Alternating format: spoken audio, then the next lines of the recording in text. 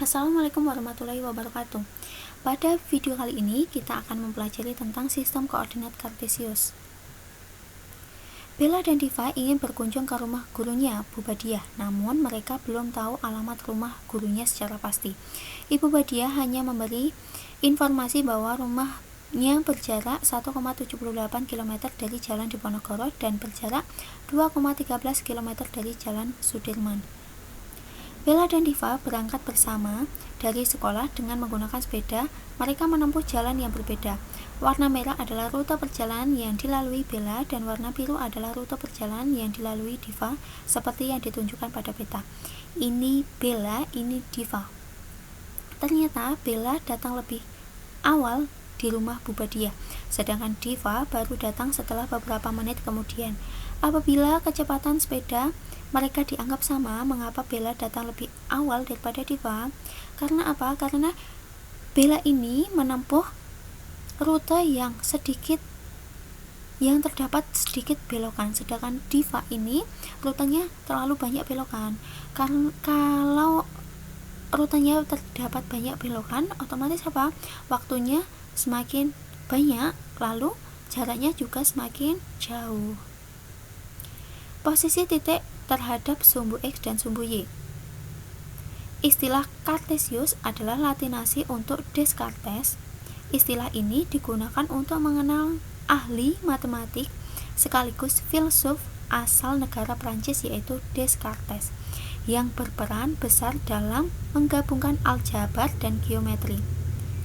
Ia memperkenalkan ide baru untuk menggambar posisi titik atau objek pada sebuah permukaan dengan menggunakan dua sumbu yang bertegak lurus antar satu dengan yang lain.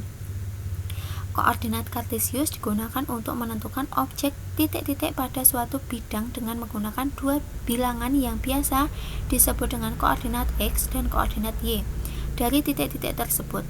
Untuk mendefinisikan koordinat diperlukan dua garis berarah tegak lurus satu sama lain, yaitu sumbu X dan sumbu Y, dan panjang unit yang dibuat tanda-tanda pada kedua sumbu tersebut.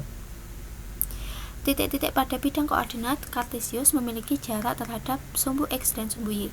Coba sekarang amati posisi titik A, B, C, D, E, F, G, dan H terhadap sumbu X dan sumbu Y pada gambar.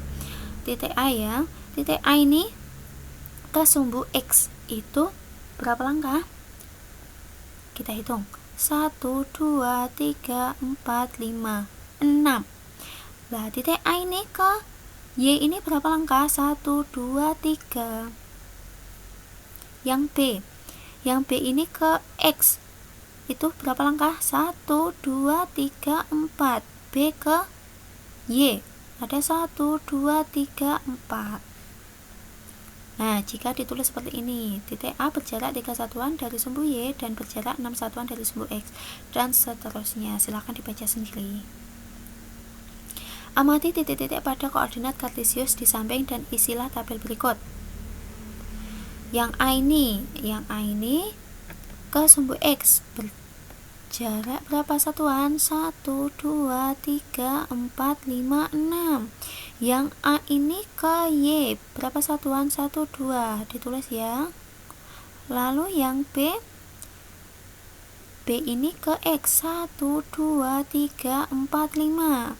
B ke Y 1, 2, 3, 4, 5. Berarti nanti ditulis jarak sumbunya 5 satuan dan 5 satuan. Lalu seterusnya silahkan diisi sendiri ya.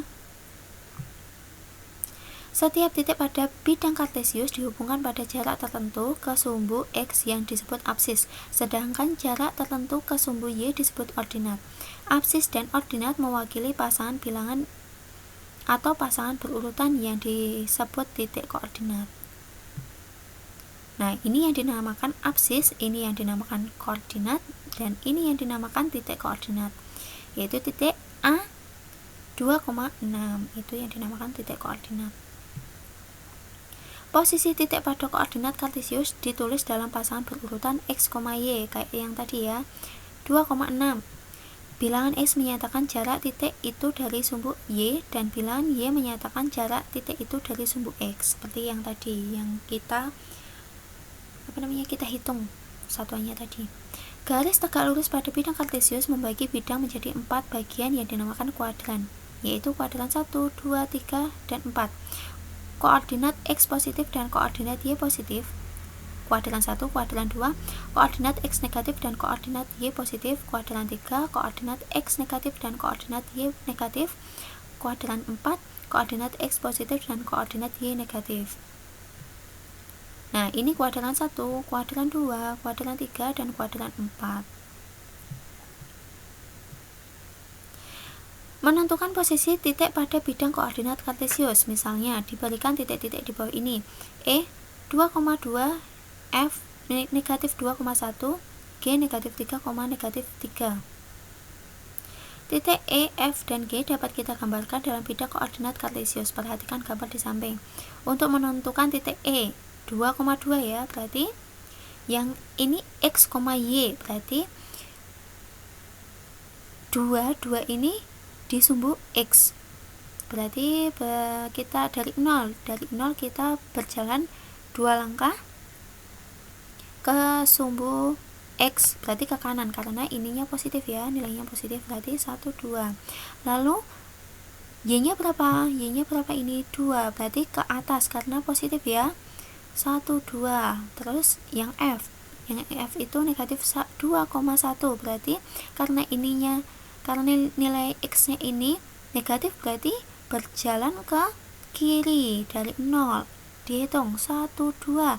Lalu Y nya berapa? 1, satunya apa? Positif, berarti ke atas 1, sehingga F nya didapat titik F nya di sini. Begitu juga dengan titik G. Menentukan posisi bangun datar pada bidang koordinat. Bagaimana cara menentukan posisi bangun datar pada bidang koordinat? Untuk menentukan posisi bangun datar pada bidang koordinat, caranya sama dengan menentukan suatu titik pada bidang koordinat. Selanjutnya, titik-titik tersebut dihubungkan dengan garis sehingga diperoleh suatu bangun datar. Contoh soal, tentukan letak A negatif 1,0, B 4,0, C 4,2, dan D negatif 1,2 pada bidang koordinat. A, tentukan apakah yang dibentuk bangun, apakah yang dibentuk. B, tentukan keliling dan luasnya. Lalu menyelesaikannya, langkah-langkahnya. Yang 1, buatlah bidang koordinat kartesius. Letakkan titik A, B, C, dan D pada bidang tersebut sehingga diperoleh gambar. Yang ketiga, hubungkan titik A ke B, B ke C, C ke D, dan D ke A sehingga membentuk suatu bangun. Nah, seperti ini. Yang A tadi berapa? Yang A tadi negatif 1,0, berarti ke kanan sebanyak 1 kali negatif 1. Lalu karena Y nya 0, berarti tidak berpindah lagi. Lalu yang B tadi apa? 4,0, maka berjalan karena positif, berarti berjalan dari 0 ke 4 ke kanan 4 kali, sehingga lalu Y nya berapa? 0, sehingga tetap di sini tidak berjalan lagi. Begitu juga dengan C dan D, lalu dihubungkan sehingga diperoleh bangun seperti ini. Nah, dilihat dulu bangun seperti ini itu mempunyai panjangnya berapa? 1, 2, 3, 4, 5. Lalu lebarnya berapa? 1, 2. Sehingga keliling bangunnya sama dengan 2 kali dalam kurung panjang tambah lebar tutup kurung, sehingga diperoleh 2 dalam kurung 5 ditambah 2 tutup kurung sama dengan 2 kali 7, yaitu 14 satuan panjang. Lalu lebarnya lalu luasnya apa? Panjang kali lebar, maka panjangnya berapa? 5 kali 2, sehingga diperoleh 10 satuan. Demikian penjelasan dari saya. Apabila terdapat banyak kesalahan, saya mohon maaf. Billahi taufiq wal hidayah. Wassalamualaikum warahmatullahi wabarakatuh.